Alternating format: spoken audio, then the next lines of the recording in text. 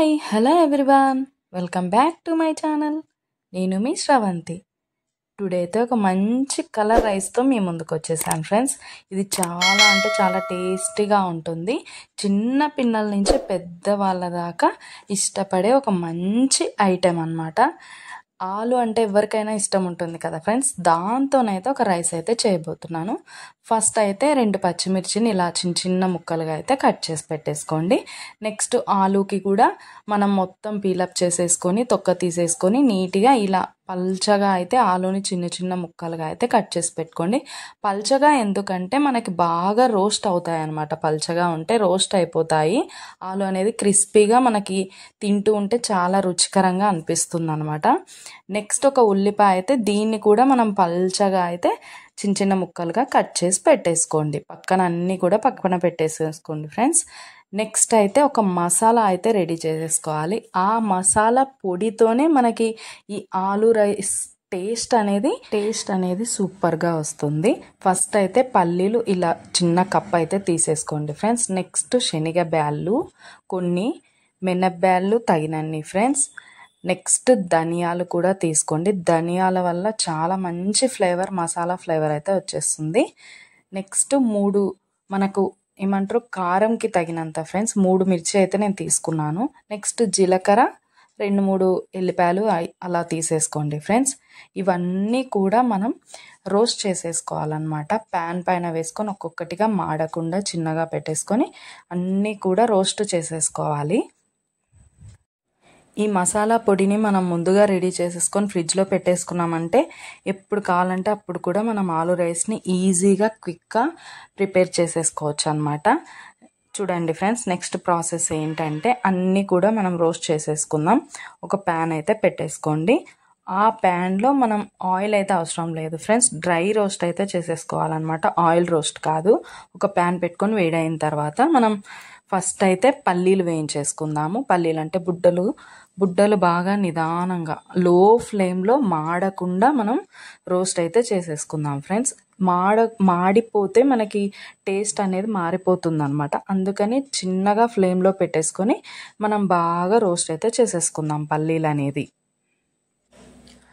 చూడండి, కలర్ అయితే చిన్నగా చేంజ్ అయిపోతున్నాయి పల్లీలు అనేది. మాడకుండా ఈ కలర్లో అయితే మనకి రెడీ అయిపోయినట్టే ఫ్రెండ్స్. కలర్ అయితే వచ్చేసాయి కదా, ఈ కలర్లో అయితే మనకి రెడీ అయిపోవాలి. చూడండి, బాగా రోస్ట్ అయిపోయాయి కదా. నెక్స్ట్ అయితే అదే ప్యాన్లోనే మనం శనగబ్యాళ్ళు, మినప్బ్యాళ్ళు అవన్నీ కూడా ఉన్నాయి కదా ఫ్రెండ్స్.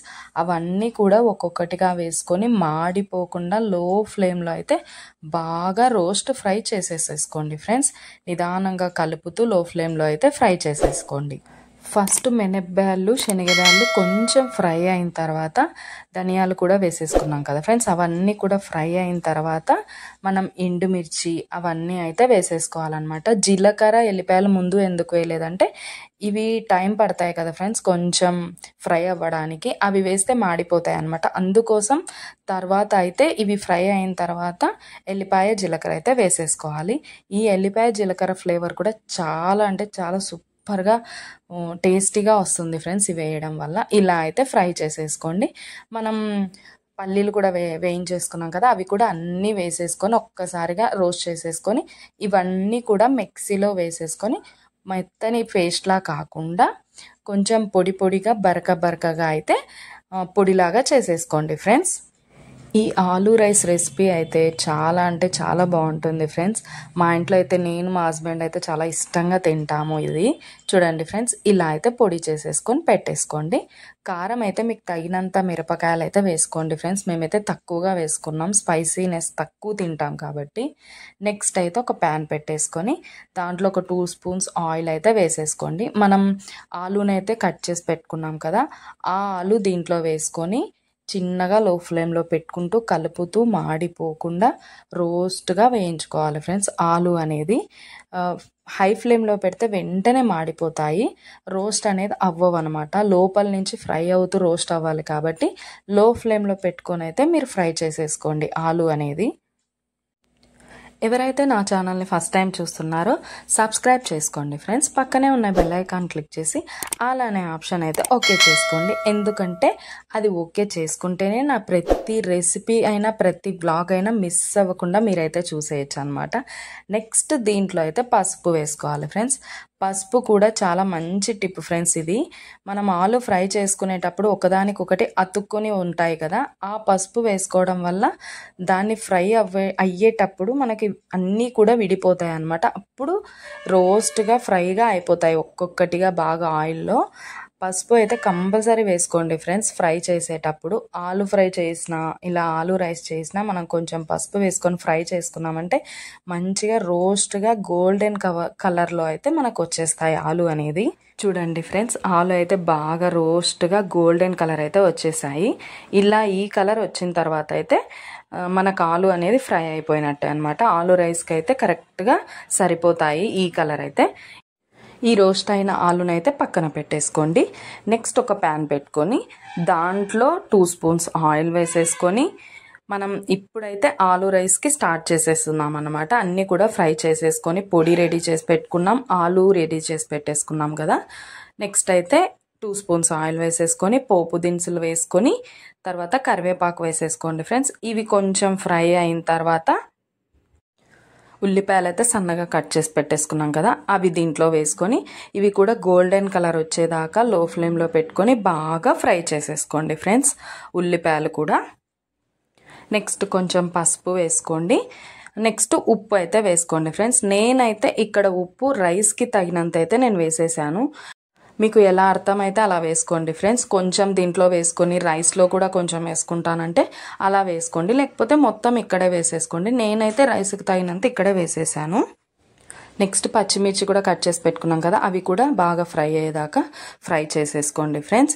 పచ్చిమిర్చి ఎందుకు లాస్ట్లో వేసానంటే ఉల్లిపాయలు టైం పడుతుంది కాబట్టి ఉడకడానికి, దాని కొరకైతే నేను పచ్చిమిర్చి తర్వాత వేసేసాను. ఫస్ట్ వేస్తే మాడిపోతుంది కాబట్టి నేను తర్వాత వేసేసాను అనమాట. మీకు ఎలా కావాలంటే అలా వేసేసుకోండి. మనం ఆలునైతే రోస్ట్ చేసి పెట్టేసుకున్నాం కదా, ఆ రోస్ట్ చేసిన ఆలునైతే దీంట్లో వేసేసేయండి.